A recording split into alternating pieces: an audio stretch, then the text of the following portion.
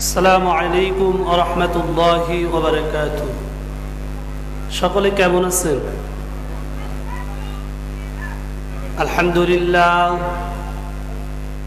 আলহামদুলিল্লাহ নাহমাদুহু ওয়া নাস্তাঈনুহু ওয়া নাস্তাগফিরুহু ওয়া নাউযু বিল্লাহি মিন শুরুরি আনফুসিনা ومن سيئات أعمالنا من يهده الله فلا مضل له ومن يضلله فلا هادي له ونشهد أن لا إله إلا الله وأن محمدا عبده ورسوله. وقال الله تعالى في كلامه المجيد والفرقان الحميد: أعوذ بالله من الشيطان الرجيم. بسم الله الرحمن الرحيم.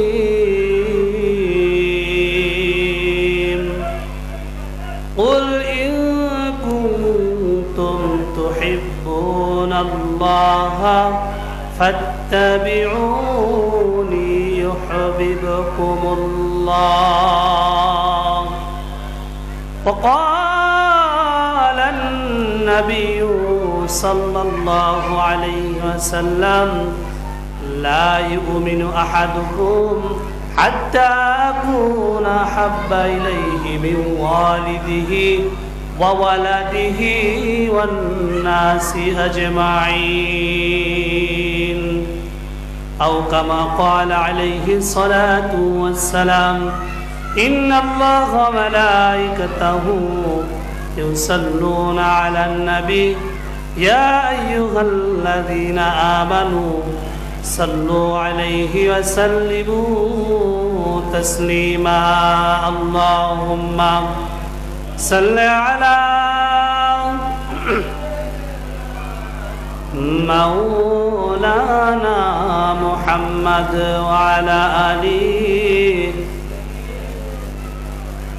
رسولنا محمد. بلغ العلا بكماله كشف الدجى بجماله حسنت جميع خصاله صلوا عليه وآله. আজকে আয়োজিত কপিলমুনি নিকারি পাড়া ও মোড়লবাড়ি জামে মসজিদের আয়োজিত মিলাদুন নবী সাল্লাল্লাহু আলাইহি সাল্লাম মাহফিলের সম্মানিত সভাপতি, প্রধান বক্তা, বিশেষ বক্তা এবং দূর দূরান্ত থেকে অনেক উলামা ইকরাম, আমার মুহতারাম হুজুর বসে আছেন সামনে, এবং যারা ইসলাম প্রিয় মানুষ, ছোট ছোট বাচ্চা সহ সকলকে জানাই আমার অন্তরের অন্তরস্থল থেকে সালাম। আসসালামু আলাইকুম ওয়া রাহমাতুল্লাহি ওয়া বারাকাতুহু। আসলে আমি এলাকার ছেলে, বক্তৃতা কম বেশি দিয়ে আপনারা জানেন। আজকে বক্তৃতা দিব না, কারণ সময় মাত্র 10 মিনিট। 10 মিনিট সময় কোনো বক্তৃতা হয় না। আমি একটু সালাম বিনিময় এবং দুটো একটা কথা বলে ইনশাল্লাহ আমি আমার আলোচনা শেষ করব। আল্লাহ তাআলা যদি তৌফিক দান করেন, সকলে বলে আমিন।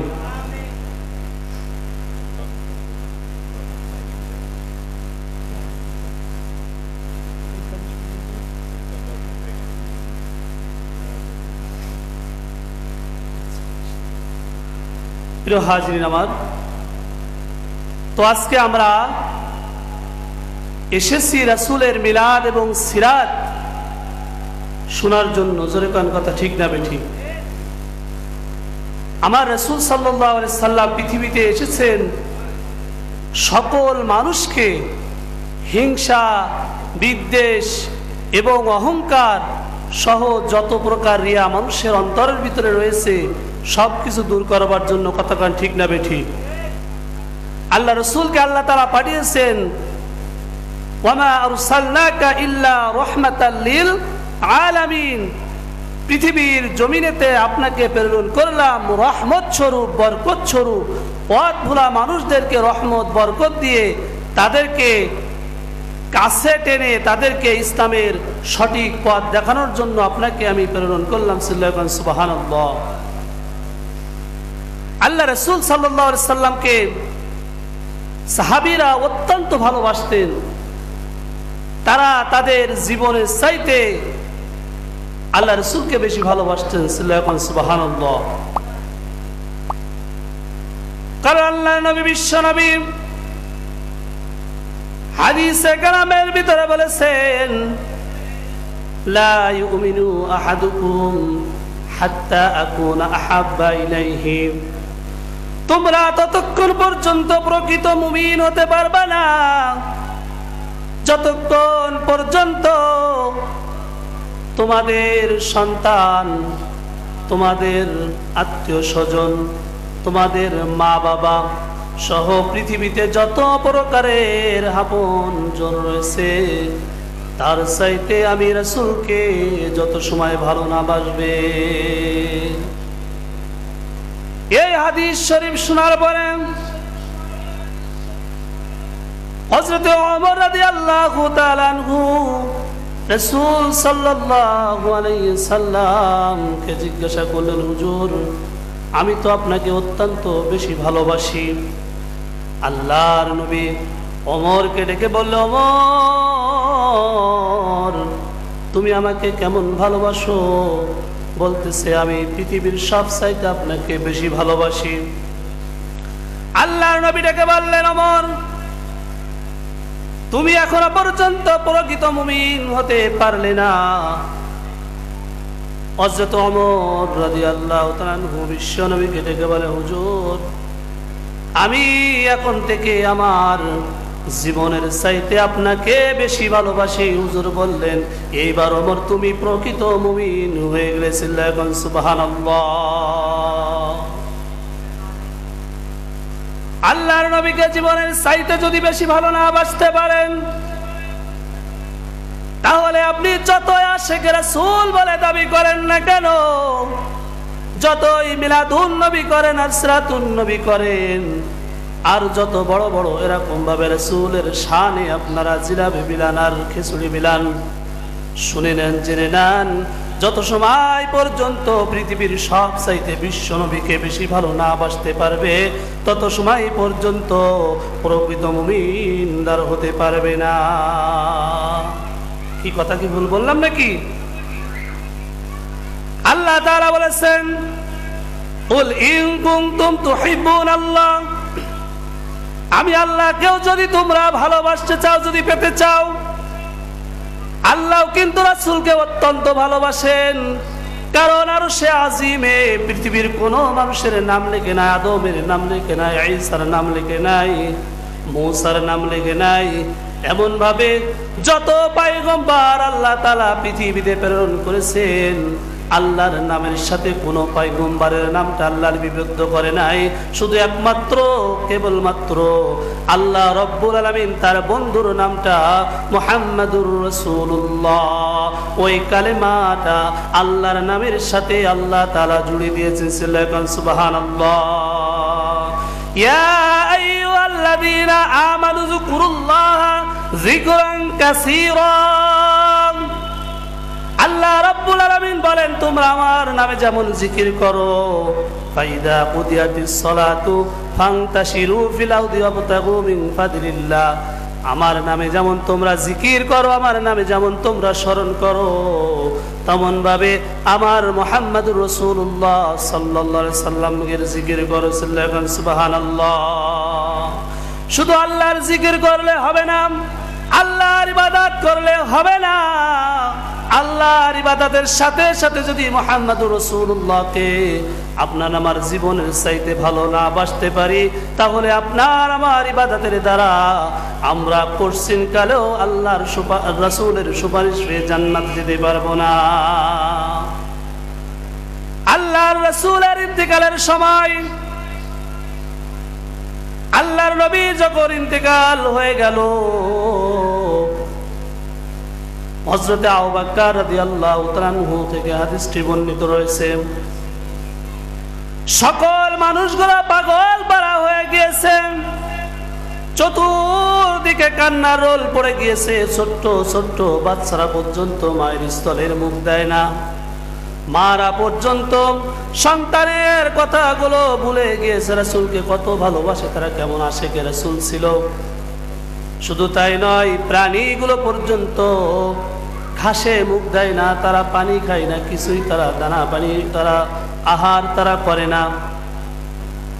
এমন একটা থমথমে অবস্থা, খোলা তরবারি হাতে হযরত ওমর রাদিয়াল্লাহু তাআলা আনহু চতুর্দিকে ধারা পেটিয়ে বেড়াচ্ছে। কেউ যদি বলে যে মুহাম্মদ রাসূলুল্লাহর ইন্তেকাল হয়েছে, সঙ্গে সঙ্গে তার কল্লাটা কেটে দুভাগ করে আমি জমিনে ফেলে দিব। এমন অবস্থায় আবু বকর রাদিয়াল্লাহু তাআলা আনহু ধৈর্য ধরলেন, তিনি সবর করলেন, তিনি সকল মানুষের সামনে এসে বললেন, ওমা মুহাম্মাদুন ইল্লা রাসূল ক্বাদ খালাত মিন ক্বাবলিহির রাসূল। একটু চিল্লায়ে বলা যাবে না আল্লাহু আকবার। আবু বকর ডেকে বললেন, ওগো সাহাবীরা তোমরা শোনো, রাসূল তো ছিল একজন আল্লাহর রাসূল, প্রেরিত একজন বান্দা। তার আগে যত রাসূল পৃথিবীর জমিনে এসেছিল সকলে গত হয়ে গেছে, তারা ইন্তেকাল করেছে। আমাদের রাসূলও ইন্তেকাল করবে, এটা বাস্তবতা। আসলে তোমরা পাগল হয়েও না, তোমরা পাগলামি করো না। এসো আমরা সকলে মিলে রাসূলের সুন্নাত এবং রাসূলের রেখে যাওয়া তারাক্তুম ফি আমরাইনি কিতাবাল্লাহি কিতাবাল্লাহি ওয়া সুন্নাত রাসূলি, আমরা রাসূলের রেখে যাওয়া কুরআন এবং হাদিসকে আঁকড়ে ধরি, তাহলে আমরা রাসূলের রেখে যাওয়া পথ অনুসারে আমরা চলতে পারবো। সুবহানাল্লাহ। হযরত আবু বকর রাদিয়াল্লাহু তাআলা আনহু আল্লাহর নবীকে কত বেশি ভালোবাসতেন।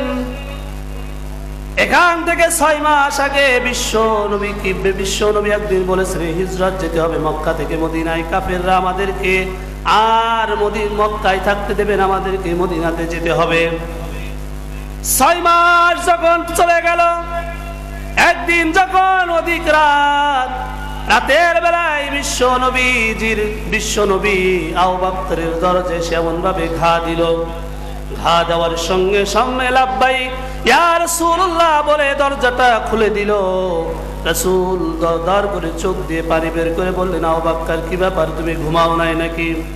আবু বকর রাদিয়াল্লাহু তাআলা আনহু কেঁদে কেঁদে রাসূলকে বললেন, ইয়া রাসূলুল্লাহ ইয়া হাবিবাল্লাহ, যেদিন থেকে আপনি বলেছিলেন হিজরতে যেতে হতে পারে আমাদেরকে, কাফের বেঈমানরা হত্যা করবার জন্য তারা ওত পেতে রয়েছে, সেদিন থেকে আমার এমন পেরেশানি হয়েছে, আমি কোনোদিন খাটের সাথে আমার পিঠটা লাগাই নাই, দরজার সাথে পিঠটা লাগিয়ে দাঁড়িয়ে দাঁড়িয়ে হেলান দিয়ে ঘুমাতাম।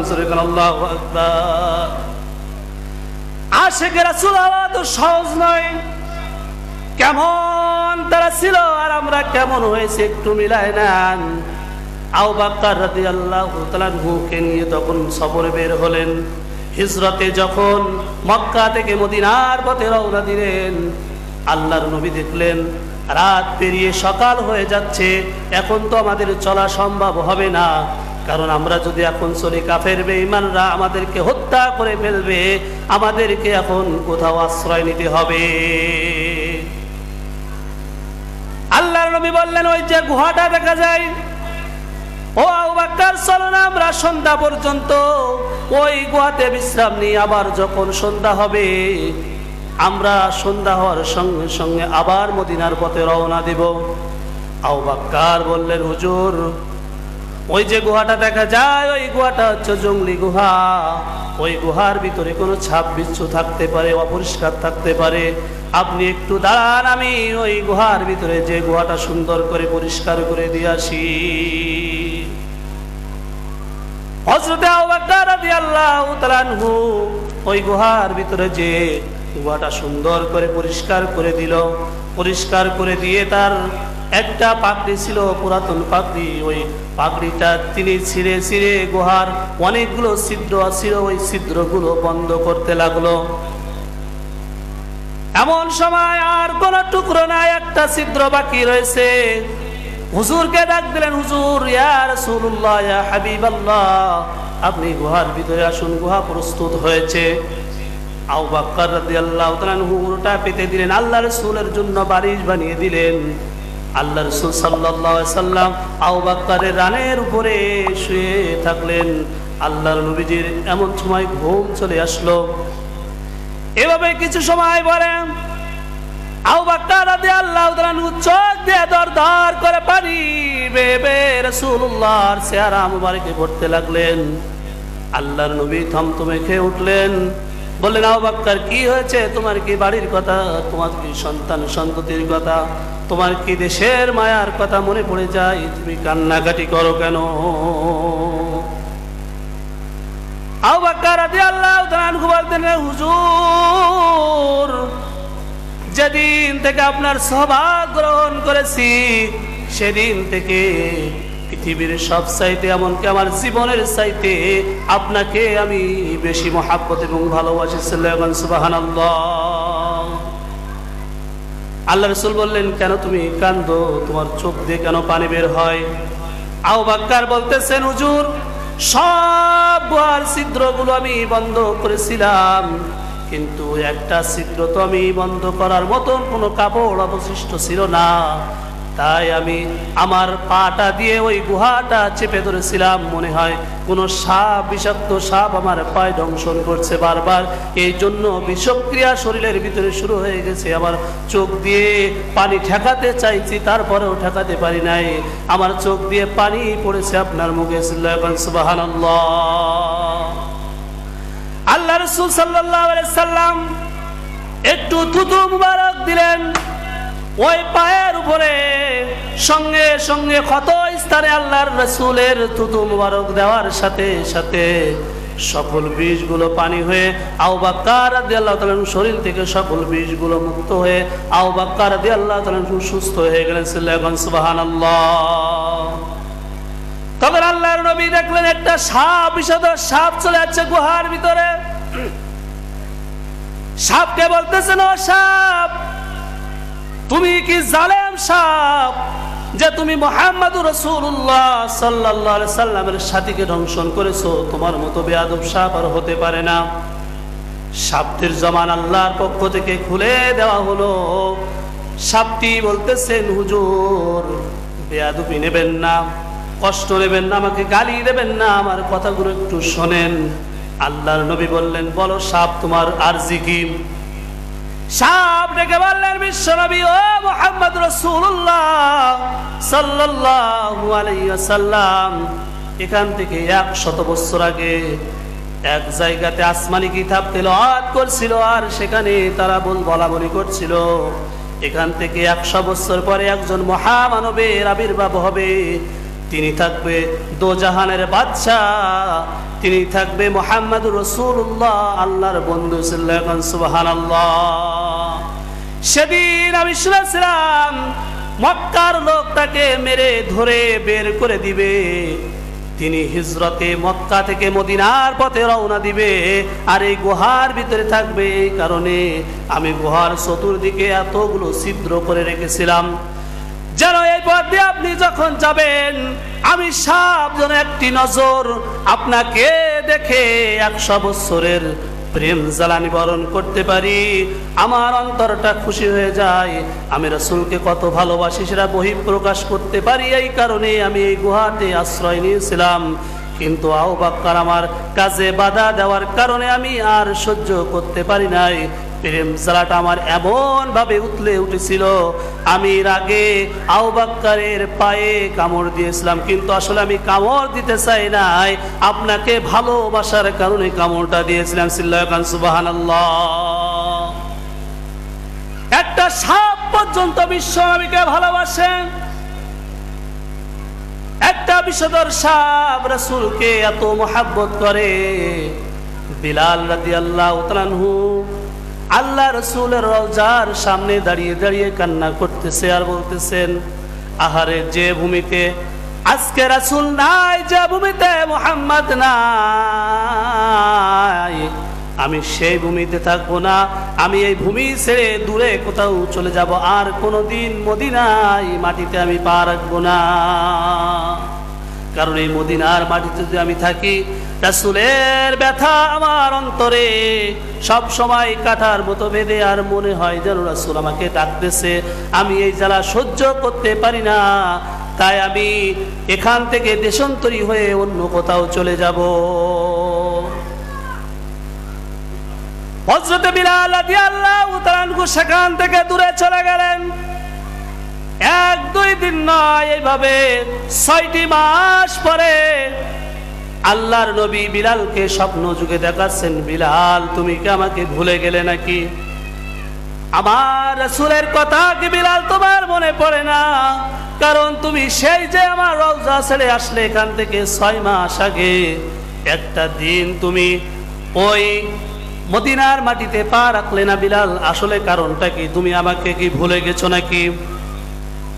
প্রিয় হাজিরিন আমার, বন্ধুগণ আমার, বিলাল রাদিয়াল্লাহু তাআলা রাসূলের স্বপ্ন দেখার পরে পাগলের মতো ছুটতে ছুটতে মদিনার দিকে রওনা দিল। কারণ রাসূল দেখেছে, রাসূলের ভালোবাসা অন্তরের ভিতরে এত বেশি, রাসূল ডাকার সঙ্গে সঙ্গে পাগলের মতো রাসূলের রওজার দিকে ছুটা শুরু করে দিয়েছে। সিল্লাহান সুবহানাল্লাহ। শুধু রাসূল নয়, মদিনার প্রত্যেকটি মানুষের অন্তরের ভিতরে রাসূলের মহব্বত এবং ভালোবাসা এত বেশি ছিল। বিলালকে যখন আসতে দেখলেন, ছোট ছোট বাচ্চারা পর্যন্ত বিলালের সাথে দৌড় মারতে লাগলেন আর চিন্তা করতে লাগলেন, মনে হয় বিলাল আসতেছে, যেমন মনে হয় আল্লাহর নবীও বিলালের সাথে সাথে রওনা দিয়েছে। সুবহানাল্লাহ। বিলাল রাদিয়াল্লাহু তাআলা আনহুকে সকলে ঘিরে দাঁড়ালেন, সকল সাহাবায়ে কিরাম বিলাল রাদিয়াল্লাহু তাআলা আনহুকে জিজ্ঞাসা করছেন, বিলাল, হো বিলাল, তোমাকে আজকে কতদিন হয় দেখি নাই, তোমার আজানটা শুনি না, একটু আজান দাও না ভাই, তোমার আজানটা শুনে একটু রাসূলের প্রেম ঝালা মিটাই। তোমার আজানটা শুনলে মনে হয় মসজিদে নববীতে আমার রাসূল আবার জামাতের ইমামতিতে দাঁড়িয়ে যাবে। সুবহানাল্লাহ। প্রিয় বন্ধুরা আমার, এত বেশি ভালোবাসতেন তারা রাসূলকে। বিলাল রাদিয়াল্লাহু তাআলা আনহুকে দে যারা যার। বিলাল বলতেছে, না না, আমি আজান দিতে পারবো না, আজান দেওয়ার শক্তি আমার নাই। যেদিন থেকে আমার নবী, বিশ্ব নবী দুনিয়ার জমিন থেকে চলে গেছে, সেদিন থেকে আমি মনে হয় আমার আজানটাও ভুলে গেছি। যে রাসূল ইমামতি করবে না আমার আজানে, সে আজান আমি দিব না। তোমরা আমাকে রিকোয়েস্ট করো না, অনুরোধ করো না, আমি তোমাদের অনুরোধটা রাখতে পারবো না। সাহাবারা কান্নাকাটি শুরু করে দিল। একজন সাহাবা বললেন, বিলাল মনে হয় হাসান হুসাইনের কথা শুনতে পারে। রাসূলের অন্তরের অন্তর হাসান হুসাইনকে একটু ডেকে নিয়ে আসো, বিলালকে একটু আজান দিতে বলো। কারণ বিলাল আজান দিলে আমাদের অন্তরটা জুড়াবে, মনে হবে আমরা মনে হয় এখনই মসজিদে নববীতে জামাতের সাথে নামাজ পড়ব, রাসূল এই নামাজের ইমামতি করবে। সুবহানাল্লাহ। এত বেশি মহব্বত রাসূলকে তারা করত। আর আপনি আমি আশিকে রাসূল বলে দাবি করি, আপনি আমি আশিকে রাসূল বলে আমাদেরকে নিজেদেরকে সম্বোধন করি, কিন্তু আসলে রাসূলের ভালোবাসা দূরের কথা, রাসূলের একটা সুন্নাত মানার কথা বললেও আমাদের গায়ে আগুন জ্বলে যায়, কথা কোন ঠিক কিনা? মান আহাব্বা সুন্নতি ফাকাদ আহাব্বানি। আল্লাহ রাসূল বলতেছেন, আমি যখন থাকবো না পৃথিবীর জমিনে, আমি ইন্তেকাল করব, মান আহাব্বা সুন্নতি ফাকাদ আহাব্বানি। আমাকে তোমরা দেখতে পারবা না, আমাকে একটু মিষ্টি তোমরা খেতে দিতে পারবা না, আমাকে দাওয়াত করে বাড়িতে তোমরা খাইতে দিতে পারবা না। ফাকাদ আহাব্বানি ওয়া মান আহাব্বানি। কিন্তু তোমরা যদি আহাব্বা সুন্নতি, তোমরা যদি আমার সুন্নাতকে পাবন্দি করতে পারো, ভালোবাসতে পারো, তাহলে আমি রাসূল সাল্লাল্লাহু আলাইহি সাল্লাম ওয়াদা দিলাম, আমি তোমাদেরকে নিয়ে আহাব্বা সুন্নতি ফাকাদ আহাব্বানি ওয়া মান আহাব্বানি কানা মাইয়া ফিল জান্নাহ। আমি তোমাদেরকে হাত ধরে একই জান্নাতের ভিতরে আমার সঙ্গে তোমরা থাকবে। চিল্লায় সুবহানাল্লাহ। রাসূলকে ভালোবাসতে হবে, মহব্বত করতে হবে। একজন মহিলা মানুষে খাদিজাতুল কুবরা রাসূলকে এত বেশি মহব্বত এবং ভালোবেসেছিল, রাসূলকে এত মহব্বত করেছিল, তার জীবনে যারা পড়েছেন তারা জানেন, তার বাড়িটা ছিল স্বর্ণের, প্রত্যেকটা দরজা ছিল স্বর্ণের। হাজার হাজার দাস দাসী তার আন্ডারে কাজ করতো, তার ব্যবসা বাণিজ্য সামলাতো। কিন্তু সংক্ষেপে বলে যায়, রাসূলকে ভালোবাসার কারণে, রাসূলকে মহব্বত করার কারণে, রাসূলের সঙ্গে বিবাহ করার কারণে সকল সম্পদগুলো বিলিয়ে দিয়ে তিনি হিরো থেকে একেবারে জিরো হয়েছে, কিন্তু ইমানের দিক থেকে হিরো ছিল। সুবহানাল্লাহ। হাদিস শরীফ তার সাক্ষী। এমন দিন গেছে তাদের, হযরতে খাদিজা রাদিয়াল্লাহু তাআলা নূর পরনে একটা মাত্র কাপড়, একটা মাত্র বস্ত্র, আর কোনো বস্ত্র নাই। যখন গোসল করতেন এক মাথা ভিজাতেন আর এক মাথা রৌদ্রে শুকাতেন। তারপরেও হাদিসে আরো এসেছে, ওই শাড়িটা এত বেশি ছিদ্র ছিল, এক জায়গায় ঢাকতে গেলে অন্য জায়গায় আবার বেরিয়ে যেত। সুবহানাল্লাহ।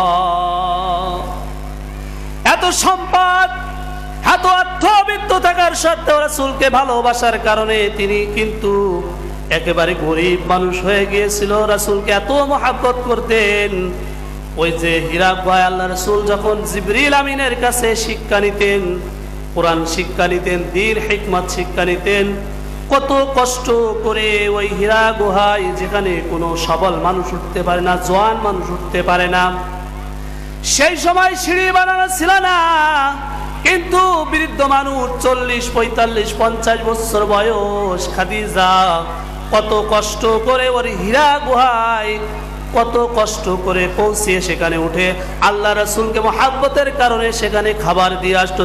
সুবহানাল্লাহ। এই দৃশ্য দেখে আল্লাহ আসমান থেকে জিবরিল আমিনকে পাঠিয়ে দিয়েছেন, জিবরিল আমিন চলে যাও, চলে যাও, একটু এই কষ্টর বিনিময়ে খাদিজাকে একটু আমার সালাম দিয়ে আসো। আল্লাহ রাসূলের কাছে জিবরিল আমিন এসে বলতেছেন, ইয়া রাসূলুল্লাহ, ইয়া হাবিবাল্লাহ, আল্লাহ তাআলা আপনার স্ত্রী খাদিজার প্রতি এত বেশি খুশি যে আল্লাহ আসমান থেকে আপনার স্ত্রীকে সালাম জানিয়েছে, আপনি একটু স্ত্রীকে গ্রহণ করতে বলুন। সুবহানাল্লাহ। খাদিজাকে যখন এই কথা বলা হলো, খাদিজা বললেন, ইয়া রাসূলুল্লাহ, ইয়া হাবিবাল্লাহ, আমি কেমন করে আল্লাহর সালাম গ্রহণ করব? আমি তো আল্লাহর সালামের জবাব জানি না, আমার পক্ষ হতে আপনি একটু আল্লাহর সালামের জবাবটা দিয়ে দেন, একটু জোরে বলা যাবে না? সুবহানাল্লাহ।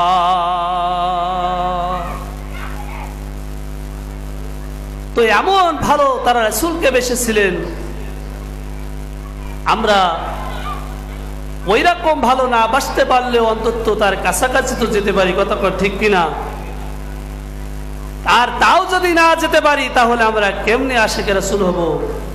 কেমনে আমরা আশিকে রাসূল বলে আমাদের নিজেকে কিয়ামতের ময়দানে, যেদিন মাদানে আহশরে রাসূল সাল্লাল্লাহু আলাইহি সাল্লাম হাউজে কাউসারের পানি প্রত্যেক বান্দা বান্দিকে তার নিজ হাত দিয়ে তাদেরকে খাওয়ায়ে জান্নাতে দাখিল করবে, সেদিন আমরা কেমন করে রাসূলের হাত থেকে হাউজে কাউসারের পানি পান করব? একটু চিন্তা করুন। রাসূল সুপারিশ করবে?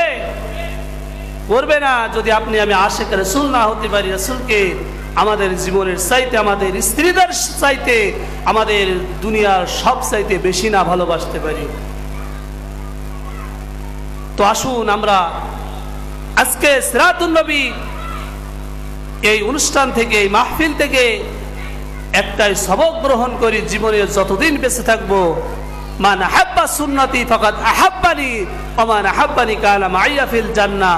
রাসূলের সুন্নাতকে ভালোবাসবো এবং রাসূলের সাথে জান্নাতের ভিতরে দাখিল হব, এই আশা ব্যক্ত করে আমি আমার সংক্ষিপ্ত কথা এখানেই শেষ করছি। ওয়া আখিরি দাওয়ানা আলহামদুলিল্লাহি রাব্বিল আলামিন।